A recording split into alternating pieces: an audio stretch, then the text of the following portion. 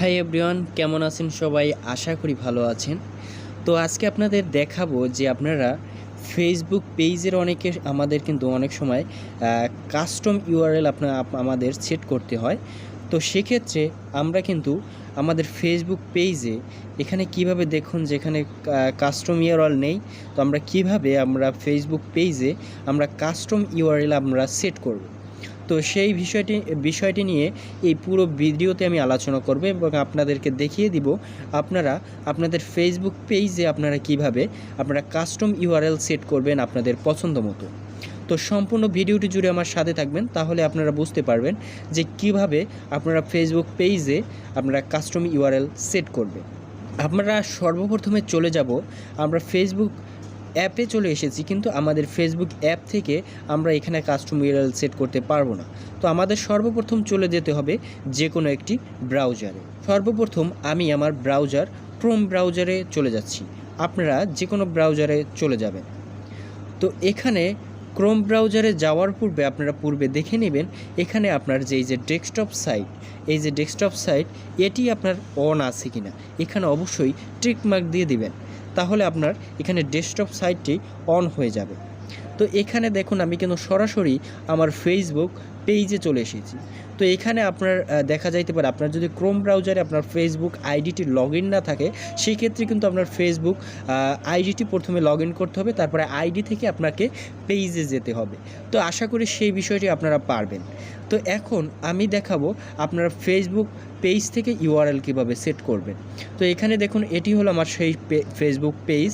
তো পেজের URL set করার জন্য আমরা সর্বপ্রথম চলে যাব সেটিংস অ্যান্ড প্রাইভেসি যে অপশনটি আছে, এই অপশনটিতে আমরা ক্লিক করব। তো এখানে ক্লিক করার পরে এখানে দেখুন আছে সেটিংস, এখানে আমরা চলে যাব। তো এখানে আমরা ক্রোম ব্রাউজারকে সিলেক্ট করব। তো এরপরে দেখুন যে এখানে একটি ট্যাব আমাদের কিন্তু ওপেন হয়েছে।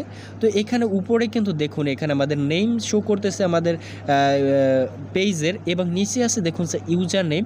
এখানে দেওয়া আছে দেখুন যে you have no set user name, অর্থাৎ এখানে কিন্তু আমার কিন্তু কোনো ইউজার নেম সেট করা নাই, তো তাই এরকম শো করে। এখন আপনাদের ইউজার নেম সেট করার জন্য এই পাশে দেখুন যে এডিট একটি অপশন আছে, এখানে ক্লিক করতে হবে। তো এখানে ক্লিক করলো। তো এখন আপনাদের ইউজার নেমটি সেট করতে হবে। তো এখানে আমি আমার ইউজার নেমটি সেট করে দিলাম। তো এখন আমি আমার ইউজার নেমটি সেট করে দিচ্ছি।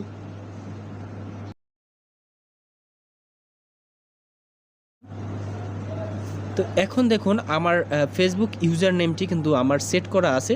তো এখানে দেখুন যে টিক মার্ক চলে এসেছে, এবং এখানে কি বলা আছে দেখুন যে ইউজার নেম ইজ অ্যাভেলেবেল। তো আপনার এখানে ইউজার নেমটি সেট করার পরে এখানে যদি লেখা আসে দেখবেন যে ইউজার নেম যদি অ্যাভেলেবেল, তাহলে বুঝতে পারবেন যে আপনার ইউজার নেমটি আপনি সেট করতে পারবেন। আর এখানে যদি ক্রস আসে তাহলে আপনি বুঝবেন যে এখানে আপনি ইউজার নেমটি সেট করতে পারবেন না, আপনাকে পরিবর্তন করে দিতে হবে।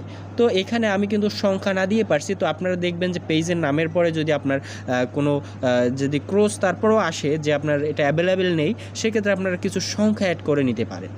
তো এখন আমি এখানে সেভ চেঞ্জে ক্লিক করে দিলাম। তো এরপরে হলো আপনাদের ফেসবুক প্রোফাইলের যে পাসওয়ার্ডটি, সেই পাসওয়ার্ডটি এখানে আপনাকে দিতে হবে। তো আমি সেটি দিয়ে দিচ্ছি। এখন দেখুন আমার কিন্তু এখানে পাসওয়ার্ডটি বসানো আমার কমপ্লিট হয়ে গেছে। তো এখন আমি এখানে কি করব, এখানে যে সাবমিট যে অপশনটি আছে এখানে ক্লিক করব। তো সাবমিট অপশনটি ক্লিক করার পরে এখানে দেখবেন রিলোড হবে। তো রিলোড হওয়ার পরে এখানে দেখুন আমার কিন্তু ফেসবুকের যে আমার ইউআরএলটি সেটি কিন্তু অলরেডি সেভ হয়ে গেছে। তো এভাবে কিন্তু আপনারা নিজের পছন্দ মতো আপনারা কাস্টম ইউআরএল আপনাদের পেজে আপনারা সেট করে নেবেন। আশা করি আপনারা বুঝতে পেরেছেন। তো ভিডিওটি অবশ্যই একটি লাইক করে দিবেন। আপনি যদি ফেসবুক পেজ থেকে আমার ভিডিওটি দেখে থাকেন, তাহলে ফেসবুক পেজটিকে অবশ্যই ফলো করে রাখবেন। চ্যানেলে নতুন হয়ে থাকলে সাবস্ক্রাইব করবেন। তো ভালো থাকবেন, সুস্থ থাকবেন, দেখা হবে পরবর্তী কোনো ভিডিওতে।